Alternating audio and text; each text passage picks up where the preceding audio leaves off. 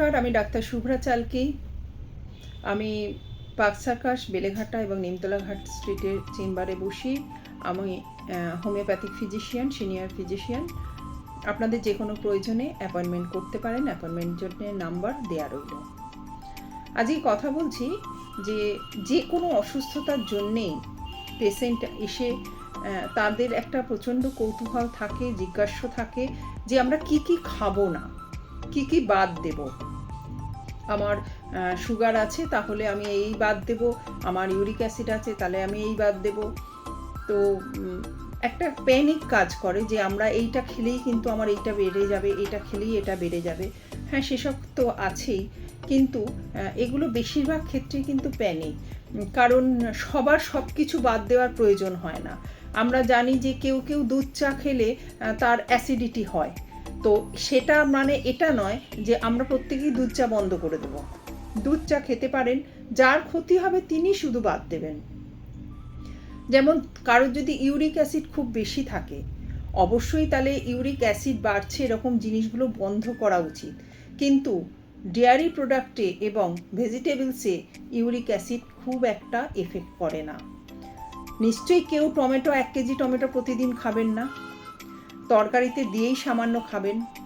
তাকে আমরা বলি, যার ইউরিক অ্যাসিড ভীষণ বেশি, তাকে আমরা বলি ইউরিক অ্যাসিড টমেটোটা আপনি বাদ দেবেন, কাঁচা খাবেন না, আপনি স্যালাডে অনেক খাবেন না, তরকারিতে একটু দেওয়া যেতেই পারে। বা সুগারের পেশেন্ট এসে বলছেন আমি আম খাবো কি, আমি কি ফল খেতে পারি, আমি তো কিচ্ছু খাই না। সুগারের পেশেন্ট প্রতিদিন কিন্তু একটা করে মিষ্টি খেতে পারেন, নিশ্চয়ই খেতে পারেন, কারণ মিষ্টিতে সুগার যতটা বাড়ছে তার থেকেও কিন্তু বেশি বাড়ে আপনি যদি স্ট্রেসে থাকেন।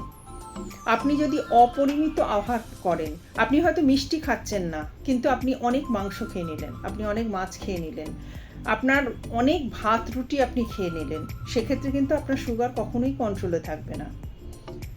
আপনাকে পরিমিত আহার করতে হবে।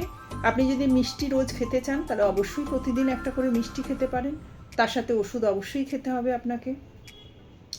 এমন নয় যে কোনো খাবারটা আপনি বেশি খেয়ে নেবেন। হ্যাঁ, আপনাকে বুঝতে হবে আপনার শরীরের জন্য কোন খাবারটা আপনি সহ্য করতে পারছেন, কোনটা পারছেন না। ওজন কমানোর জন্যে পাইকারি হারে সবাই লেবুর জল খাচ্ছেন, কিন্তু কারোর আছে যে লেবুতে অ্যাসিড হচ্ছে, তো তার জন্য তো এটা চলবে না, তাকে বাদ দিতে হবে।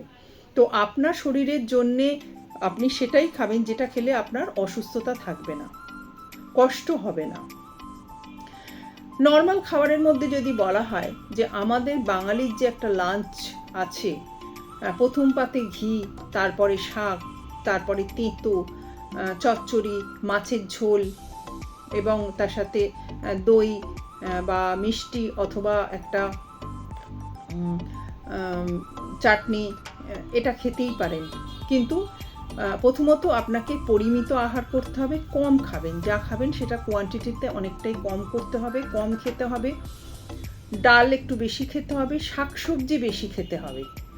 তার সাথে সাথে আপনি যদি মিষ্টি মনে করেন একবারই খাবেন তাহলে ওটা ভাতের সাথে খেতে পারেন, কিন্তু ভরপেট খাবেন না, পেট খানিকটা খালি রেখে খাবেন।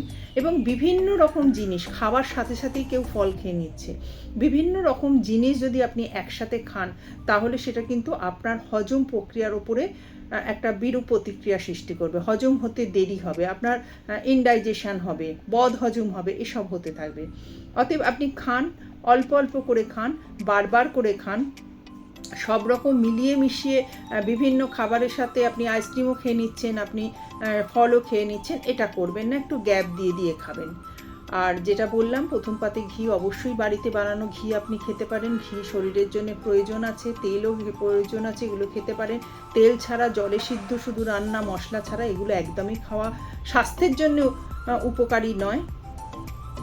আর তার সাথে যদি আপনি বাড়িতে পাতা টক দই ভাতের সাথে খেতে পারেন সেটা ভালো। মিষ্টিটা কম খাবেন, খাবেন না এ কথা বলবো না, চিনি কম খাবেন। চায়ে চিনি যদি আপনি খান তাহলে সেটা একবারই যেন হয়, আপনি 10 বার সারাদিনে যদি চা খান 10 বার চিনি দিয়ে চা খাবেন, এরকম যেন না হয়। আর মাছ, মাংস, ডিম সবটাই নিয়ম মতো প্রতিদিন একটা করে ডিম খেতে পারেন। প্রতিদিন 100 গ্রাম মাছ, 100 গ্রাম মাংস অথবা 100 গ্রাম মাংস খেতে পারেন। বা যারা মাছ মাংস খান না তারা আপনি সয়াবিন খেতে পারেন, পনির খেতে পারেন, ছানা খেতে পারেন, এগুলো খেতে পারেন। কিন্তু ভয় পাবেন না, আর ভয় না পেয়ে অনেক বেশি খেয়েও ফেলবেন না, এটুকুই বলার। নমস্কার, ধন্যবাদ, ভালো থাকুন।